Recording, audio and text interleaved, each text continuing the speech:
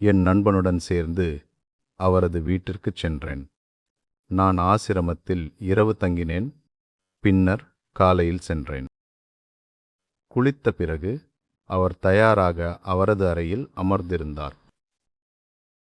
அவர் அமைதியாக இருந்தார். அவரைச் சுற்றி அமர்ந்திருந்த 4-5 பேரும் அமைதியாக இருந்தனர். மணி 9 ஆகப்போனது.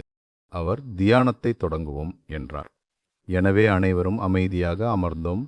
நாங்கள் கண்களை மூடிக்கொண்டோம். தியானம் தொடங்கியது.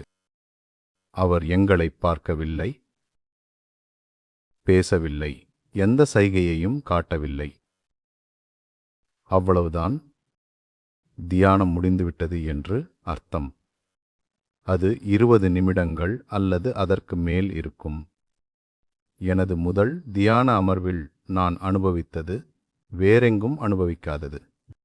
ஆனால் டிரான்ஸ்மிஷன், இந்த அமைப்பின் சிறப்பு, பிராணாகுதி. இதயத்தில் உணர்வதற்கு பதிலாக அதை என் உடல் முழுவதிலும் உணர்ந்தேன். என் உடலின் ஒவ்வொரு செல்லிலும் அந்த பிராணாகுதி நிறைந்திருந்தது.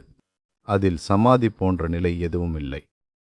ஆனால் ஒவ்வொரு செல்லும் மிகவும் சூட்சும ஆற்றலுடன் அதிர்வுறுவது போலவும், சூக்ஷ்ம ஊர்ஜா உங்களுக்குள் நடனமாடுவது போலவும், நீங்கள் மிதப்பது போலவும் இருந்தது.